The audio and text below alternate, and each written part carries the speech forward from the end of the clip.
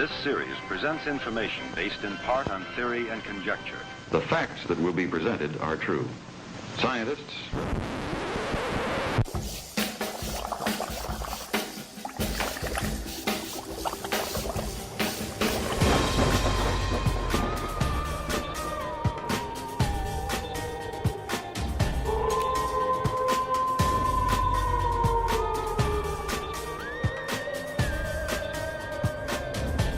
vampires.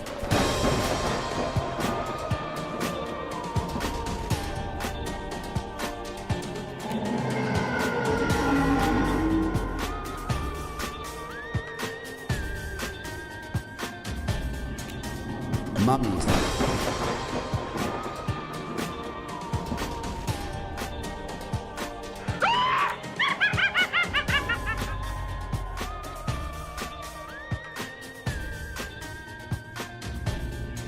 Witches.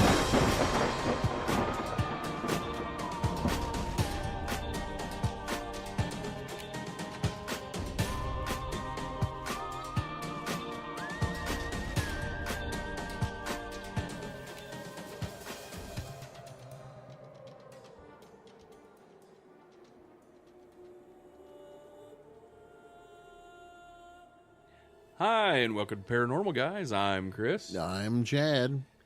And together, we're happy it's Halloween. It's true. Happy Halloween. That's right. Best time of the year. And by the time this show drops, Chad, it'll only be, what? It's less than a week till Halloween. That's right. Well, it's almost here. People will be out trick-or-treating before you know it. Working on costumes, getting those done. Girls are excited. Finishing decorations, which should have been finished weeks ago, but... The only thing that's kind of a little upsetting this year is I agreed to go along with the family costumes, which would be normally fine, but the girls decided they wanted to be DC characters this year. Oh, well, isn't that a sin in your book? I mean, yeah. Stanley has nothing to do with those. Occasionally you have to give in. Yeah. So, are you going as Wonder Woman, or...? My oldest wanted to be Supergirl. She's obsessed with her right now. All right. My youngest decided she wanted to be Batgirl. Mm-hmm. I don't know why, but she wanted to be Batgirl. My wife decided Wonder Woman. So once I got roped into being in the DC universe, naturally it came down to, let's see, I'm a guy and I shave my head. There's really only one choice. Lex Luthor. Exactly. Oh, your follicle deficiency. And believe me, I really wanted to find an old, checker jacket and a yellow, shiny, a gold shirt and a toupee and pull off the Gene Hackman. Yeah, the Gene Hackman. Lex Luthor from Superman. Yeah, that'd be pretty sweet. Yeah. You can do that. You can always do the old Super Friends Lex Luthor. Exactly. Well, I mean, all I'm going to say is there's a lot of purple and green. Yeah, that's true. You want him to be bright. So how's it been going, Chad? It's been going, sir. Been on a course steady and true. Well, that's good. Yeah, that's what I thought. Just trying to get some ideas together for what kind of food to have for the coming gathering this next weekend. Goulash. Goulash? Mm-hmm. Goulash? Well, because, ghoul is in the name, and I think it's the official food of Transylvania. Is it? I think I read that. Oh, I thought it was I don't know, cheese. I have some Transylvanian cave cheese. Cheese is the food of Transylvania? Yeah, they put them in caves, and they age them over in Transylvania. I think a lot of countries do that. Oh, well, mine says Transylvanian cave cheese on the package. I just assumed. It says that, and then below it in real tiny letters, made in China. It says made in Russia. Transylvania cave cheese. This is Transylvanian cave cheese from Russia. It's not really cheese, Chad. I'd be careful. Yeah, it's plastic. Little plastic parts. They just melt together. Made of official plastic vampire fangs. Probably. Well, as long as it goes good on a little, some crackers. Well, it would be on a hamburger. Then it's that's probably fine. Also made in China. Well, I mean, could be. It's true. Oh, but anyway, Chad. Yes, sir. Tonight's show, we're once again forgoing the Perro news stories. Oh, no. They will be back, don't worry, loyal listeners. Hope, don't want to lose those. But tonight, being we're less than a week out from Halloween, Chad, I thought we might talk about the history of Halloween. The hauntingly historical something of Halloween. I don't know. Your alliteration skills are not up to par. No, not really. We did this, the Mothman episode, the Witch episode, and now this one. I think it's one of those, people kind of have a general idea of some stuff they've heard or read here or there where Halloween may have had its origins, but not a real firm grasp of You it. feel like they're not getting the Halloween 3 Season of the Witch treatment on it? I think that most people don't realize that my people gave them Halloween. No. The Germans? No, Chad. Oh. That's right. You're still trying to say you're Irish, aren't you? Oh, which, by the way, speaking of Germany and Ireland and everything, I'm going to do this, Chad. Yes. We're going to see if this fails or not, but Okay. I'm going to give a little props to Karlstad, Sweden. Karlstad, Sweden. That's right. Uh-oh. Apparently we have a fan in Karlstad. Oh, well, hello, Karlstad, Sweden. And once again, it's from Sweden, so I'm pretty sure it's the band Ghost is listening to the show. I don't think Papa Emeritus has listened to the show, sir. You hush. Don't think he has. Either him or a nameless school. I don't care. But some member of Ghost is listening. But we digress. Yes. Once again, we're good at that. So, Chad, Yes, Chris. what do you know about Halloween? I know that Halloween predates a lot of Everything. everything. Yeah, pretty much. There's a lot of stuff to Halloween. Over the many years, I've read a lot of books, watched a lot of specials, and the convoluted, true history of Halloween is usually just filtered with candy, corn, and paper masks and plastic and all that stuff, and now adult Halloween parties. All that stuff that they like to push now that That's right. really doesn't celebrate what the holiday was, how it began. Exactly. Here we go. You heard of the Celtic people, Chad? I have. And here, this has been a little point of aggravation for me for a long time. Anybody that's a fan of a certain NBA basketball team, it's not Celtics. Yeah, It's I know. Celtic.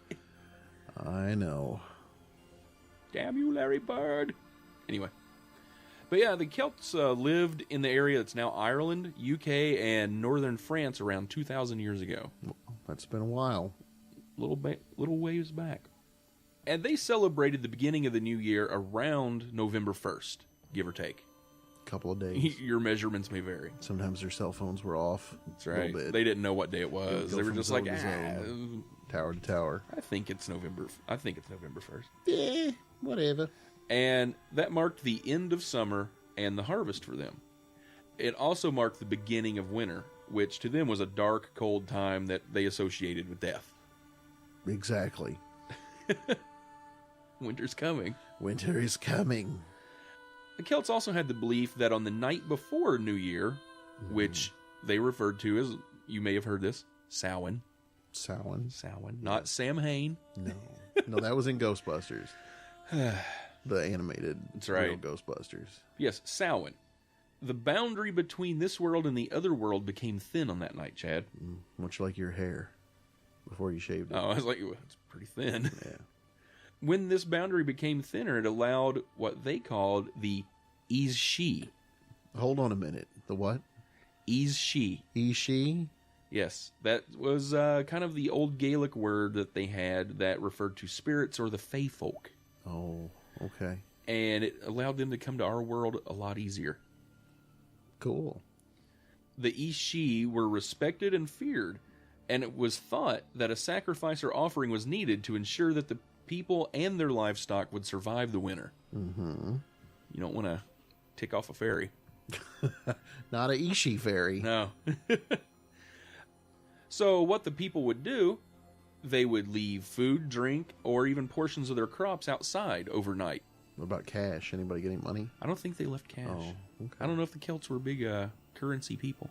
Didn't have some Celtic cash? Shamrocks. Shamrocks, that's right. They also believed that the ghosts of the dead returned home on this night. Mm-hmm. And even though they were the ghosts of your dearly departed loved ones, The ghosts would cause trouble and damage crops and just general mayhem if they weren't appeased. So people would set a place at the dinner table and by the fire for them, make them feel at home.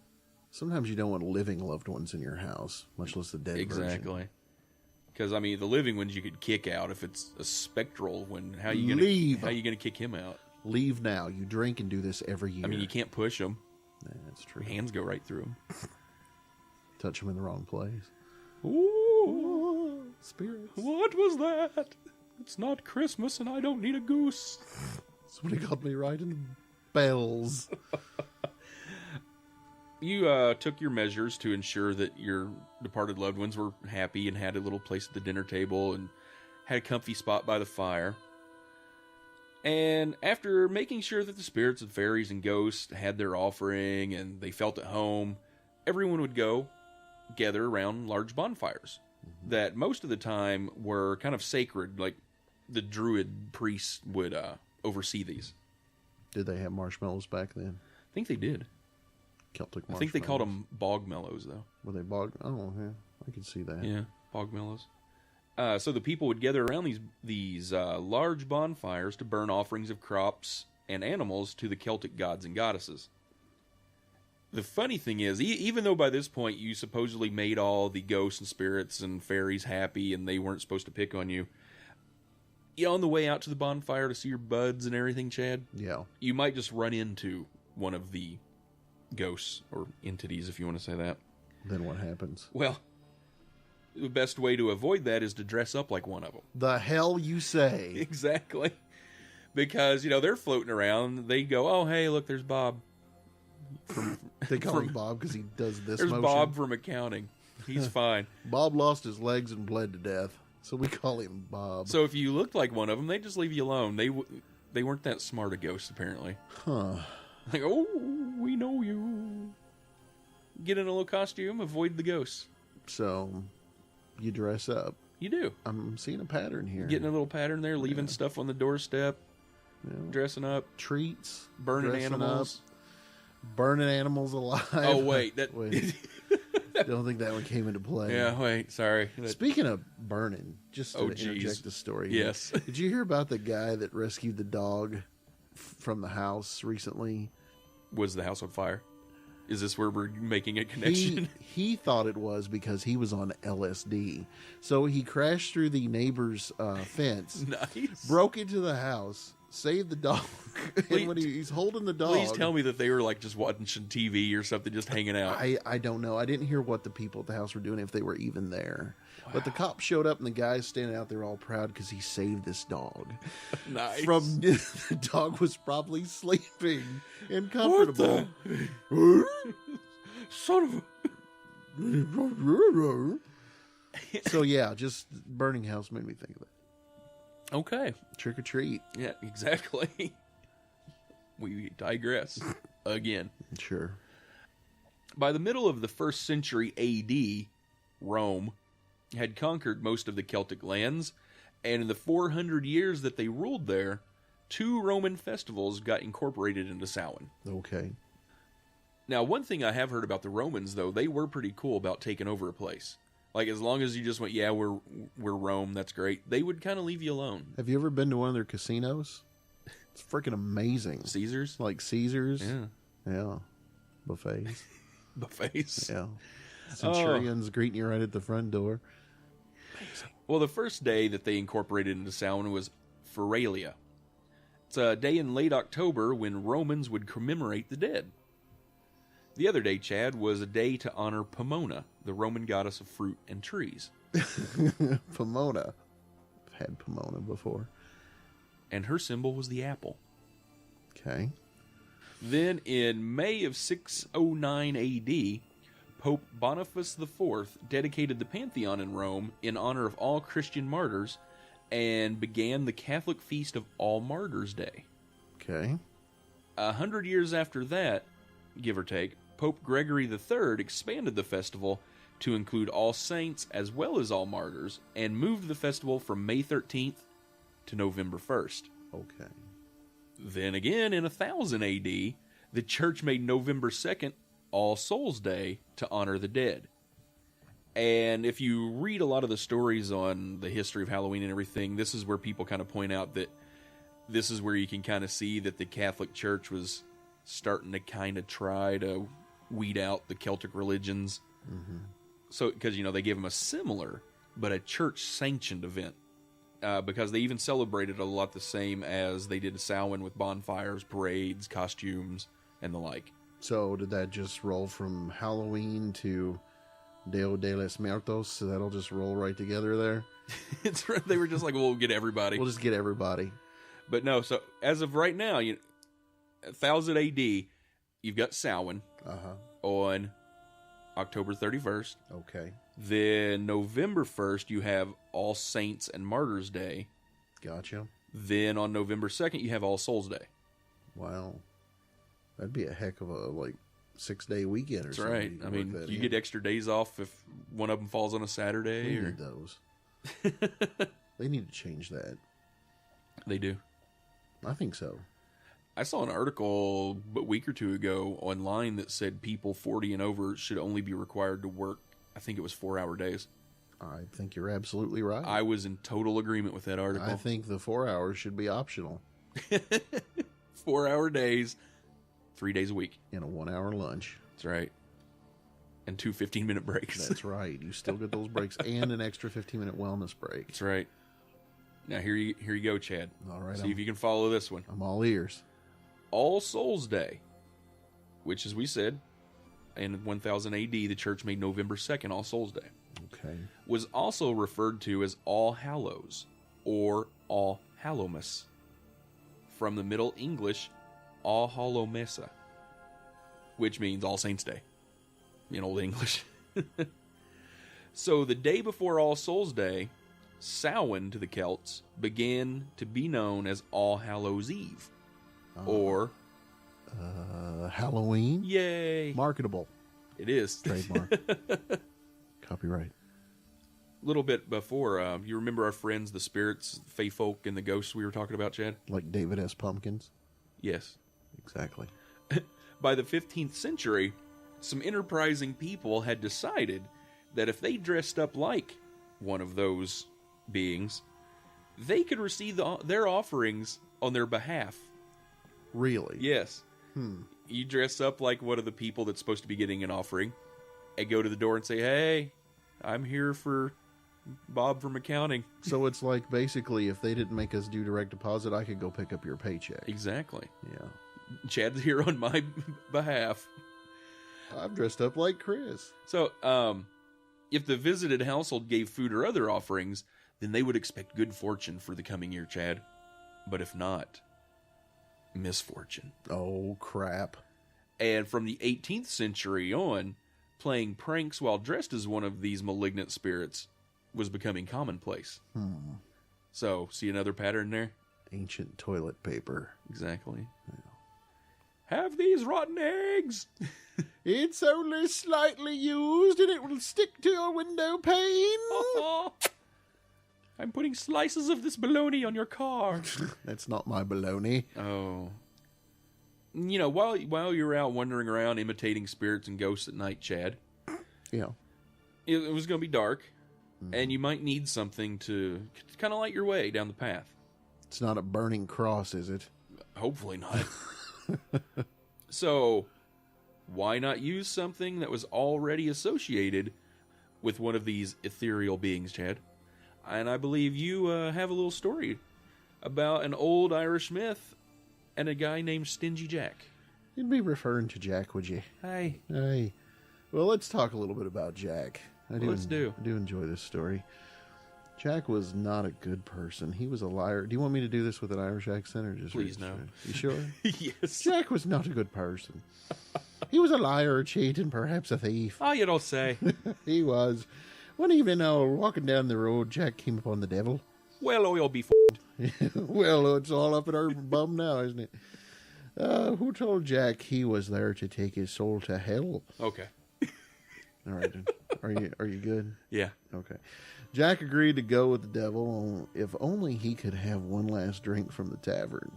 The devil agreed to this. However, when it came time to pay for the drink, Jack admitted that he had no money. Not a penny to his name. but convinced the devil to turn himself into a coin to pay the bill. Well, why didn't the devil just make money?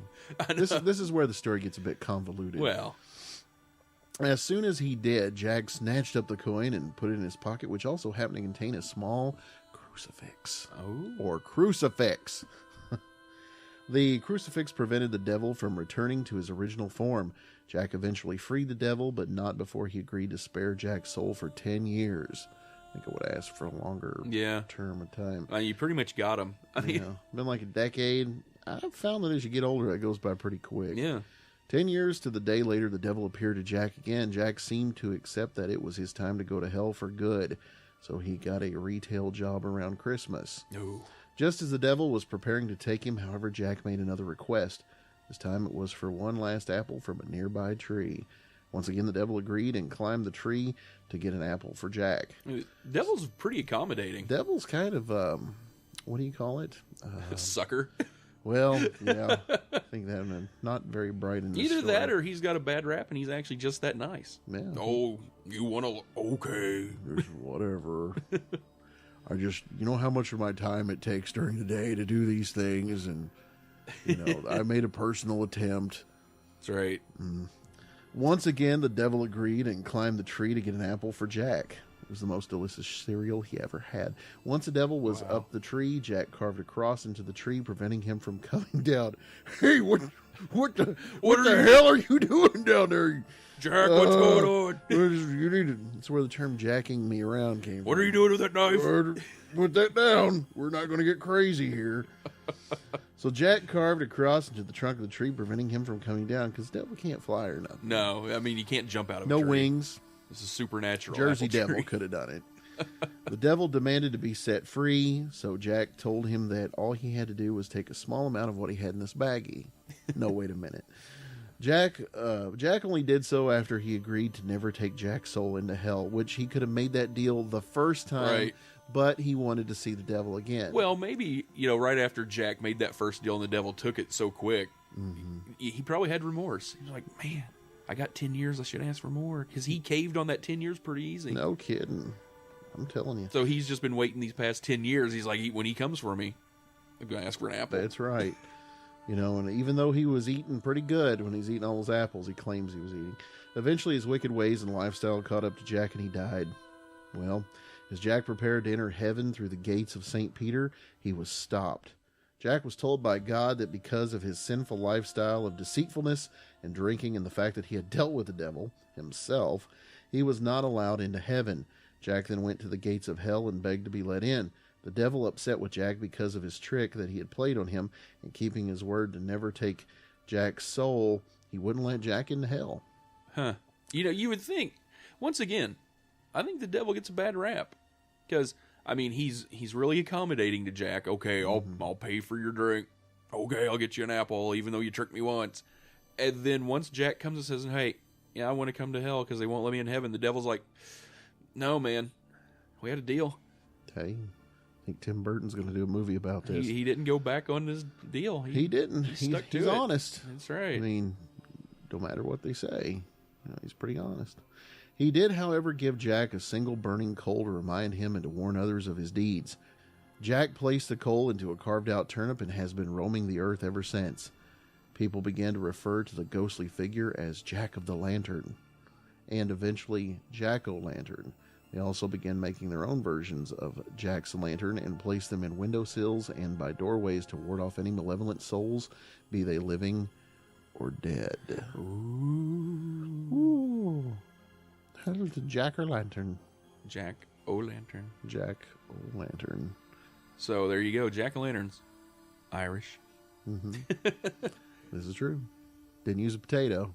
Well, the preferred things to use for the original jack-o'-lanterns were turnips or rutabagas and occasionally beets or potatoes. Beets or potatoes. Yes. Huh. Well, those all seem really small.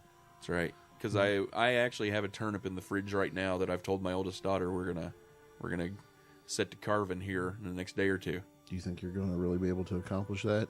Probably. Okay. Because everything you hear about actually trying it said that's the problem, is hollowing that thing out. Got an attachment for a power drill. I can have a Dremel. There you go. They didn't have Dremels back then. It should be much easier for you. That's right. They had sticks. I'm sure they had a knife.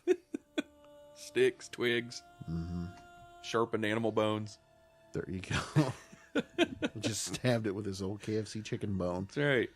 We have the foundations of Halloween, kind of most of the traditions going, but it's not in America yet, Chad. It's got to come on over. Well, unfortunately, in most of colonial United States, remember our last show? Yeah. Remember the Puritans? Well, Puritans. Guess what? They didn't like Halloween. But they were beat down by the Brock's candy people, weren't they? That's right. You will eat candy corn. Yeah, we'll have this candy corn. Butterscotch. You will enjoy it. The rigid Protestant belief system kept Halloween from really doing much in New England. However, the southern colonies started to accept it. Many of the customs and beliefs of different European ethnic groups, as well as those of the American Indians, meshed, and a distinctly American version of Halloween began to emerge. The first celebrations included play parties, public events held to celebrate the harvest where neighbors would share stories of the dead, tell each other's fortunes, and dance and sing. Colonial Halloween festivities also featured the telling of ghost stories and mischief-making of all kinds. By the middle of the 19th century, annual autumn festivities were common, but Halloween was not yet celebrated everywhere in the country. Well, how did we get it to be celebrated everywhere in the country? In the second half of the 19th century, America was flooded with new immigrants. The new immigrants, especially the millions of Irish fleeing Ireland's potato famine of 1846, helped to popularize the celebration of Halloween nationally. Taking from Irish and English traditions, Americans began to dress up in costumes and go house to house asking for food or money, a practice that eventually became today's panhandling. Yes. Or trick-or-treating. Okay. Young women also believed that on Halloween they could divine the name or appearance of their future husband by doing tricks with yarn, apple parings, and mirrors. Thought that was a Vegas thing. Well, I mean, I think there's a show there with that, but Oh, okay. this is Halloween. Okay, gotcha. In the late 1800s, there was a move in America to mold Halloween into a holiday more about community and neighborly get-togethers than about ghosts, pranks, and witchcraft. At the turn of the century, Halloween parties for both children and adults became the most common way to celebrate the day. Parties focused on games, foods of the season, and festive costumes. Festive. Parents were encouraged by newspapers and community leaders to take anything frightening or grotesque out of Halloween celebrations, Chad. We can't scare the children. Sounds like crap. That's right. Because of these efforts, Halloween lost most of its superstitious and religious overtones by the beginning of the 20th century. I'm kind of appalled by their ignorance. Me too, sir. I think that that's just wrong. It is. I mean, witchcraft and ghosts, and they're the reason for the season. The zoo has a celebration for small children, and it says that it's merry, not scary. Who says that being scary is not merry? Exactly. By the 1920s and 30s, Halloween had become a secular but community-centered holiday. There were parades and town-wide parties that featured entertainment. Live Secular bands. haze. Nice callback. Yeah. Karlstad, Sweden. Rock on. Despite the best efforts of many schools and communities, vandalism began to plague Halloween celebrations in many communities during this time, Chad. Batman showed up. Vandals. By the 1950s, town leaders had successfully limited vandalism, and Halloween had evolved into a holiday directed mainly at the young. Due to the high numbers of young children during the 50s baby boom, parties moved from town civic centers into the classroom or home where they could be more easily accommodated. Between 1920 and 1950, the centuries-old practice of trick-or-treating was also revived. Trick-or-treating was a relatively inexpensive way for an entire community to share the Halloween celebration. In theory, families could also prevent tricks being played on them by providing the neighborhood children with small treats. Don't take my house, here's a Snickers. Get hopped up on candy. A new American tradition was born, and it has continued to grow. Today, Americans spend an estimated $6 billion annually on Halloween, making it the country's second largest commercial holiday, the first being President's Day. But trick-or-treating Wait, is not no. what it once was. No, that's... I kind of feel bad for my girls because they go to the zoo for that, which is all great. Yeah. We do trunk or treat at the Yeah. town square, but there's none of that mom letting you out of the car at the end of the road and you just going up and down blocks and having 20-pound bag of candy. And Well, ours was definitely guerrilla style, because what we'd do is we'd get a ride into town, we'd do all the little neighborhoods, cul-de-sacs, all that, clean that out, and then we'd get really frisky and be like, okay, head out to some farmer's road here, and the houses would be like, at least a couple acres apart, sometimes a few miles, and we'd go drive driveway to driveway, and by the time we wrapped it up, I mean, it was 11 o'clock. oh yeah, At least, and then still go home and watch like a movie and hop up on candy. And there were never any razor blades or needles, and they still made homemade treats back then. So you get popcorn balls. And you might get an apple, and so I mean, it was definitely there was always the one elderly woman that would give you like a stick of Wrigley's. Sometimes, or you get a penny. Or a penny, nickel, penny, whatever. Yeah. But in the grand scheme of things, that was a small nuisance. Oh yeah. But you could still back then take that penny and put it in a chiclet gum machine And get a handful of chiclets. a bunch of chiclets. So it still worked out. You get those houses, they gave out the full-size candy bars. yeah. It's like, oh, whoa. That's a rich neighborhood. That's right. You don't opt for the fun size. Mm-hmm. They didn't go for the number of pieces bag. Which I'm sorry, but that is not the size of fun. I mean, you get enough of them. Well, yeah. You don't get a lot of then that. you got to worry about unwrapping all of them. And Oh, now you're just being lazy. No wonder you have sugar allergies. sugar allergies. Yeah. Yep, good old Halloween. If you had to unwrap more candy, maybe you wouldn't need that insulin pen. You got to exercise. The effort. Oh. Maybe. Who's to say? Yeah, well, but hey, look, it's a good thing that metformin bottle, you just have to take the cap off, because if not, if you had to unwrap each individual one, you just go into a coma. Well, I mean, that's one of the safety mechanisms of diabetes or sugar allergies, since we don't use the D word. Yeah. I think it's neuropathy. As you get worse, you can't feel your fingers and stuff, so it's harder to open candy. To open candy packages? I can't do it anymore. Wow. That's my theory. I can't. There's only so many of these tiny peanut butter cups that I can go through. I just wanted. A couple of other little tidbits about Halloween and Halloween-related items there, Chad. Mm-hmm. Pumpkins. Sure.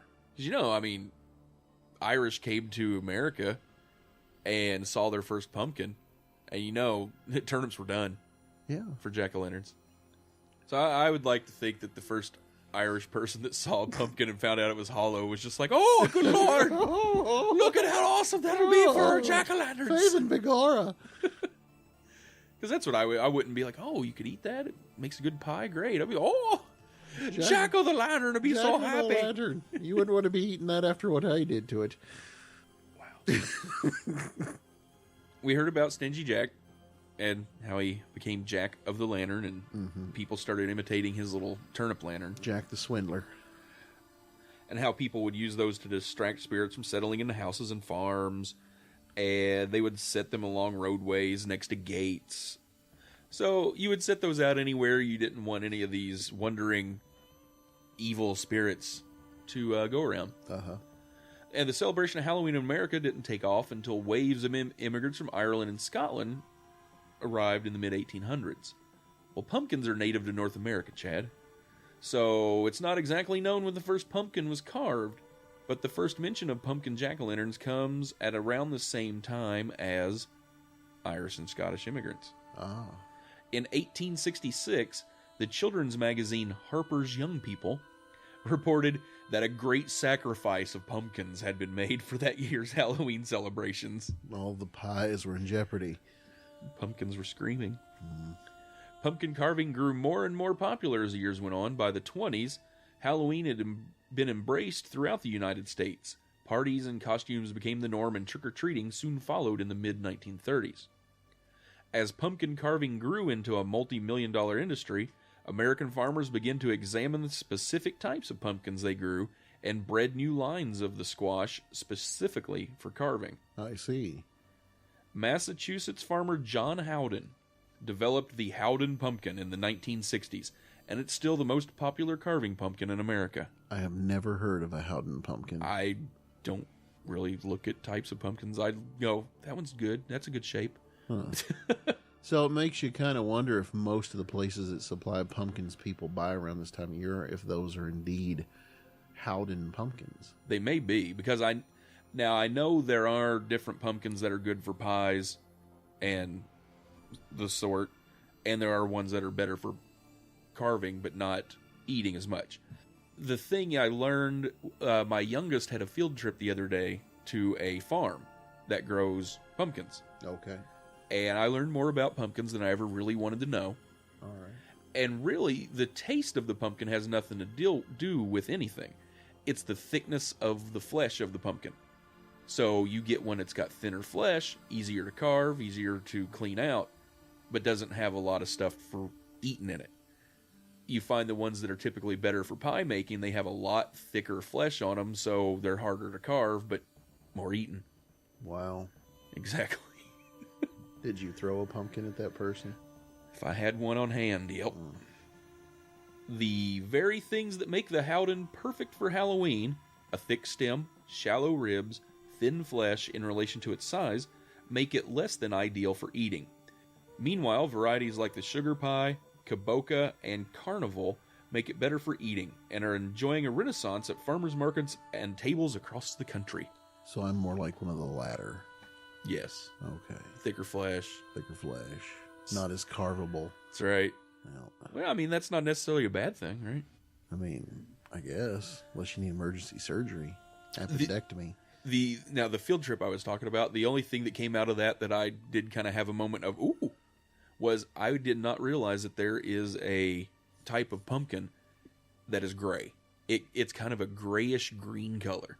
I've seen those. And they said the name of it, and I forgot, but I'm thinking next year I'm going to have to grow some big old gray pumpkins. Because Robert's farm has a very few of those, but they do. They're not as tall. They're kind of more squatty. wheel-shaped looking. Yeah, they're more squatty. Right. Yeah, I know exactly what you're talking about because they always put us, like, people for whatever reason, like these pumpkin stacks now. Yeah. And they always have a few of those stuck in the middle with the more squat gourds and stuff. Yeah. Yeah, and they're that nice gray with kind of a green cast to it color. Yeah. And in closing, Chad, I found this and thought it was a little interesting, and it's about the evil world of candy. Oh, no. That's right. Evil, evil candy. She doesn't dance anymore. But today, when it comes to Halloween candy, a number of the most popular brands are enduring classics. Enduring? Enduring. Well. For example, the first Hershey's milk chocolate bar was produced in 1900, and Hershey's Kisses made their debut in 1907. Company founder Milton Hershey was a pioneer in the mass production of milk chocolate and turned what previously had been a luxury item for the well-to-do into something affordable for average Americans.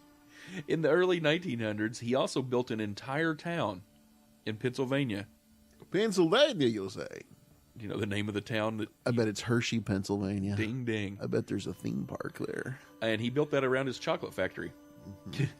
In 1917, Harry Burnett Reese, the monkey caretaker, foreshadowing, moved to Hershey, where he was employed as a dairyman for the chocolate company and later worked at its factory. Did you know you're not allowed in that theme park? I know. You have to have a blood sugar test before you go in.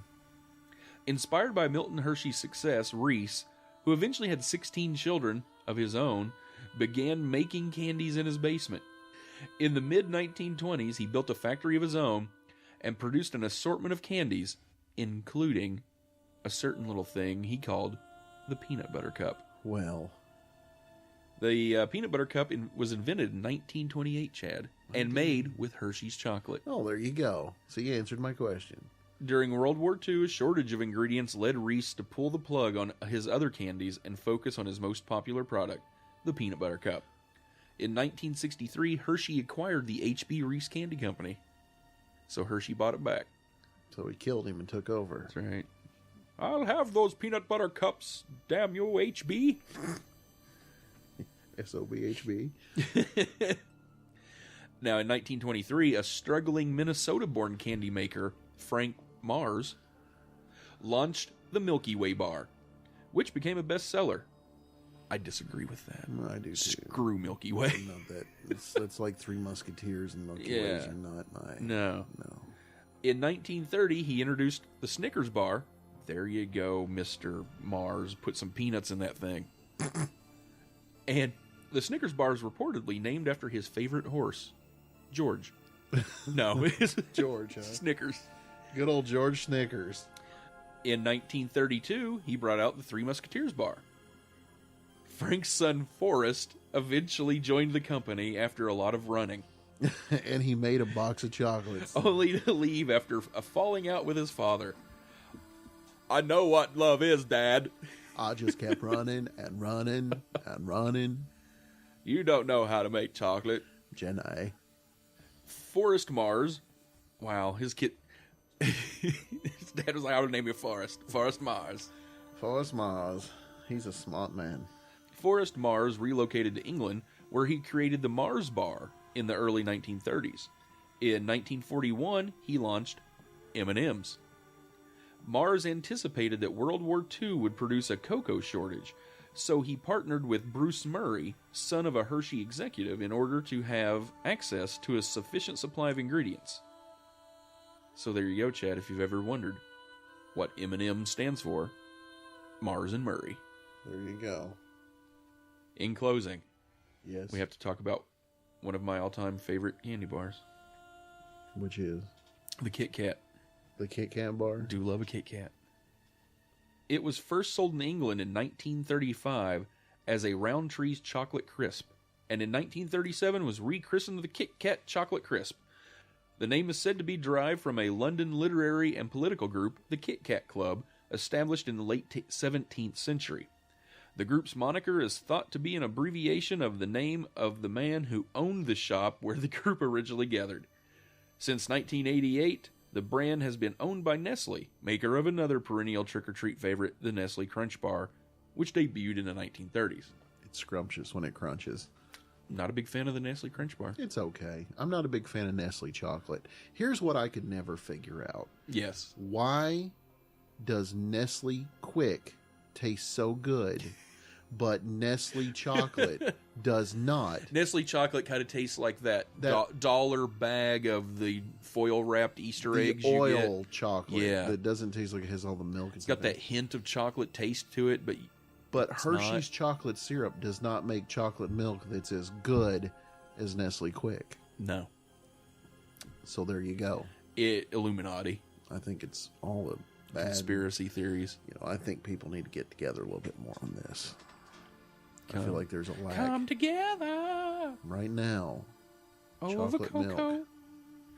So, Chad, Halloween. It is. And pumpkins and candy and Trick-or-treaters. general mischief. It's the best time of the year. You know something that's almost good as pumpkins and candy and general mischief, Chad? Cocaine. I wouldn't know, but okay. I bet it's the Paranormal Guy's website. That's right, paranormalguys.com. You can go there and do all sorts of stuff. Listen to the show, see groovy pictures of me and Chad, and things we've done, places we've been, things like that. You can sign up for an email alert to let you know when a new show drops. You can also drop us an email with any kind of comments, suggestions, critiques, reviews, anything you want to do like that, and especially something Chad likes. I like listener stories. That's right. I like to hear those a lot. If we get enough of them, which I've been begging for this for a while because a lot of them are short, we're going to do a listener story show. That's right. So if you have any stories, from around Karlstad, Sweden. France. There's the name of a lake monster in Sweden that I cannot pronounce that I was looking up one day. So yeah, send Chad some stories. There is also a little place on there that you can shoot us a little donation if you like the show. That's right. And if you don't like the show, also feel free to shoot a donation our way. This is true. We are not fueled by some big faceless corporation. We're self-funded for the most part. We did get a donation from one of our listeners fairly recently. I would like to thank Mike. Mike did donate to the show. Thank you very much, sir. And anyone else that would like to make a donation, please feel free. I think Chad said he's going to name his firstborn child Mike now. Sure. Okay, cool. So that you've got that going. I mean, my dad's name was Mike, so, nobody will know.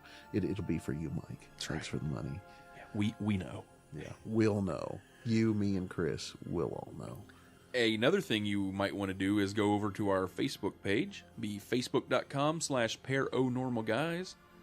That's another place where you can find out when new shows drop and give us a like.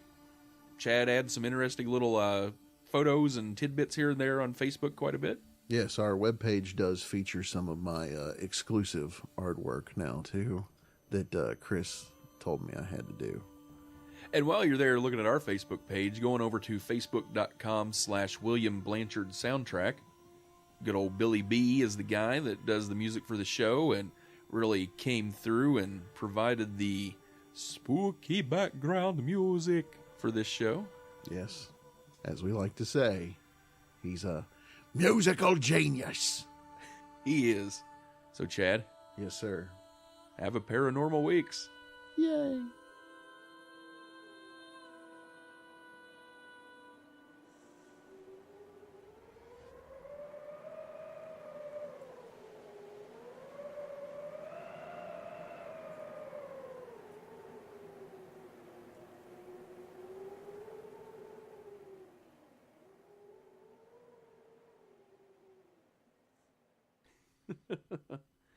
But no, I think, and what